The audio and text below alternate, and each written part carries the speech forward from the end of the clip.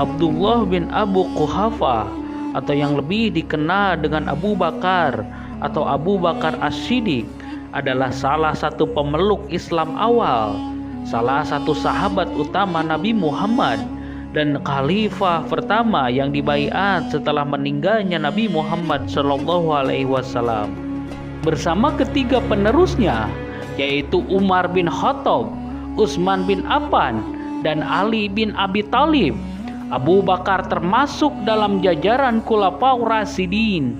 Bagaimana biografi Abu Bakar Siddiq? Mari kita bahas bersama Sejajar Arah.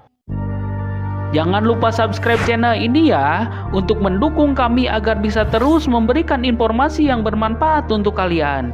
Gak ada ruginya kok kalian subscribe.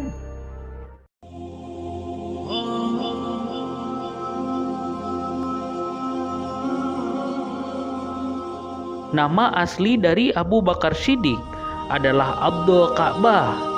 Ia merupakan keturunan keluarga kaya Bani Taim dari suku Quraisy yang lahir di kota Mekah pada sekitar tahun 573 Masehi.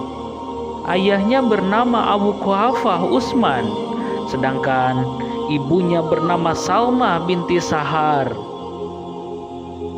Sejak kecil, Abu Bakar sering menghabiskan waktunya dengan bermain bersama unta dan kambing, karena memang sangat menyukai kedua hewan tersebut.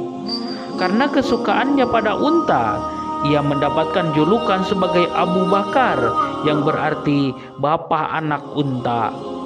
Ketika berumur sekitar 10 tahun, ia ikut sang ayah pergi ke Suriah untuk berdagang, yang telah menjadi tumpuan kehidupan ekonomi keluarganya. Hal itulah yang kemudian membawa Abu Bakar Siddiq dalam perjalanan bisnis hingga ke Yaman, Suriah, dan beberapa tempat lainnya. Keberhasilannya dalam bisnis membuat Abu Bakar Siddiq menjadi pedagang kaya dan naik status sosialnya. Ia kemudian ditunjuk sebagai kepala suku di golongannya. Terlebih lagi, Abu Bakar merupakan orang terpelajar, mampu baca tulis, serta menyukai puisi. Suatu hal yang sangat langka di kalangan Quraisy saat itu. Bahkan, ia sering mengikuti festival tahunan di Ukaz dan ikut berpartisipasi dalam simposium puisi. Karena memiliki tingkat kecerdasan yang luar biasa, Abu Bakar sangat paham tentang sejarah dan politik suku-suku Arab. Sebelum Nabi Muhammad SAW menyatakan bahwa ia adalah utusan Allah Subhanahu wa Ta'ala, Abu Bakar sedang dalam perjalanan bisnis ke Yaman. Saat dalam perjalanan, ia bertemu dengan seorang peramal yang memprediksi bahwa Nabi yang ditunggu-tunggu telah datang. Begitu Abu Bakar pulang dari Yaman, ia diberitahu oleh teman-temannya bahwa Muhammad menyatakan diri sebagai utusan Allah. Begitu mendengar ajakan Nabi Muhammad SAW, Abu Bakar langsung menerimanya dan memeluk Islam tanpa ada rasa ragu sedikit pun. Hal itu karena Nabi Muhammad SAW terkenal akan kejujurannya, lurus hatinya, dan kejernihan pikirannya, sehingga Abu Bakar mempercayainya dengan sepenuh hati. Abu Bakar pun termasuk dalam 10 orang pertama yang memeluk Islam setelah Nabi Muhammad SAW. Setelah itu, Rasulullah memberi nama Abu Bakar, yaitu Abdullah, yang artinya hamba Allah. Sedangkan gelar Abu Bakar adalah As-Siddiq, yang artinya berkata benar, setelah ia membenarkan peristiwa Isra Mi'raj yang diceritakan Nabi Muhammad kepada para pengikutnya. Oleh karena itu, ia lebih dikenal dengan nama Abu Bakar As-Siddiq.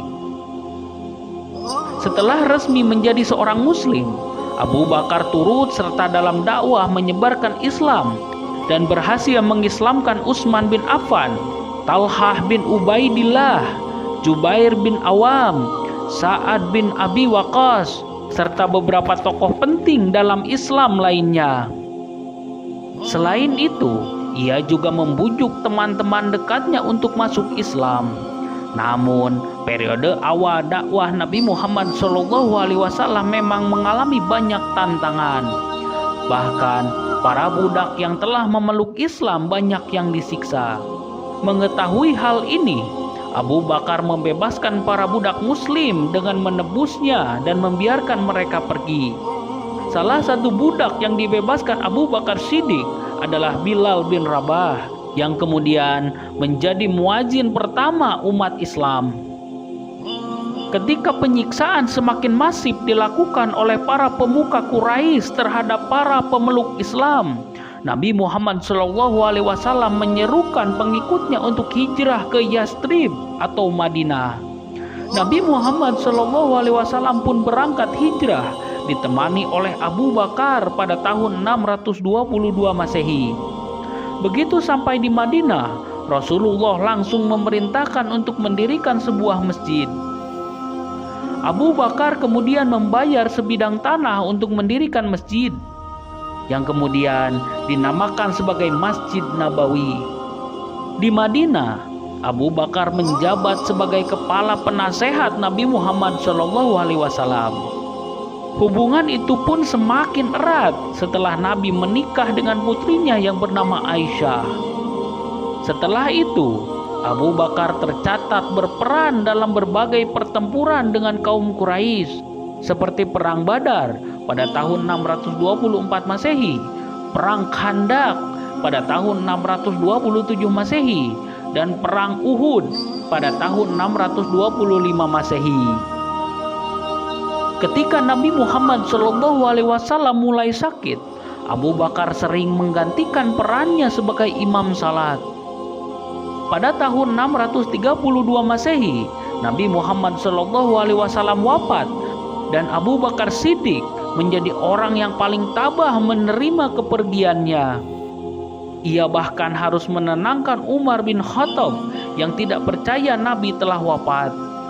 Setelah itu, diadakan musyawarah untuk mencari pemimpin pengganti Nabi Muhammad SAW, di mana Abu Bakar terpilih sebagai khalifah atau dikenal sebagai Khulafaur Rasyidin pertama.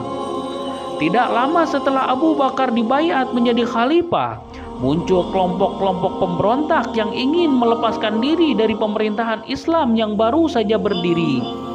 Khalifah Abu Bakar sendiri yang kemudian memimpin pasukan untuk menumpas pemberontakan oleh kaum Abs dan Jubian di luar kota Madinah. Semasa pemerintahan Abu Bakar Siddiq, kekhalifahan Islam mampu menaklukkan Persia dan Syam. Di Persia, pasukan Islam dipimpin oleh Khalid bin Walid yang dibantu oleh Iyad bin Ibnu Ghanam. Setelah itu, diutus pasukan untuk menaklukkan negeri Syam yang saat itu menjadi pusat kekuasaan Romawi. Pertempuran untuk menaklukkan Syam begitu alot hingga puncaknya pada pertempuran Yarmouk yang berlangsung selama berminggu-minggu. Pada akhirnya, Syam berhasil ditaklukkan oleh pasukan Islam di bawah pimpinan Khalid bin Walid.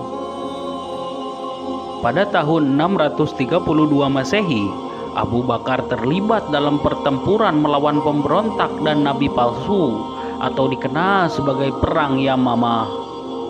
Di akhir pertempuran, banyak penghafal Al-Quran yang gugur hingga membuat Umar bin Khattab resah. Pasalnya, pada masa itu, Al-Quran masih menyebar di kalangan sahabat, di mana sebagian dari mereka hanya menghafal dan tidak mencatatnya. Melihat hal tersebut, Umar meminta Abu Bakar untuk mengumpulkan atau kodifikasi Al-Quran dalam satu mushaf.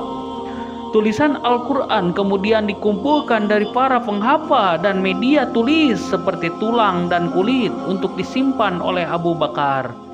Dengan demikian, Abu Bakar juga memiliki peran dalam pelestarian teks-teks tertulis Al-Quran. Pada bulan Agustus tahun 634 Masehi, Abu Bakar mengalami demam tinggi dan harus terbaring di tempat tidur. Ketika kondisinya memburuk dan merasa bahwa ajalnya sudah dekat, ia memanggil Ali dan memintanya untuk memandikan jenazahnya seperti saat memandikan jenazah Nabi Muhammad SAW. Sebelum meninggal, Abu Bakar mewasiatkan bahwa Umar ditunjuk sebagai khalifah kedua yang menggantikannya. Akhirnya, pada tanggal 23 Agustus tahun 634 Masehi, Abu Bakar meninggal karena sakit dan dimakamkan di samping makam Nabi Muhammad SAW.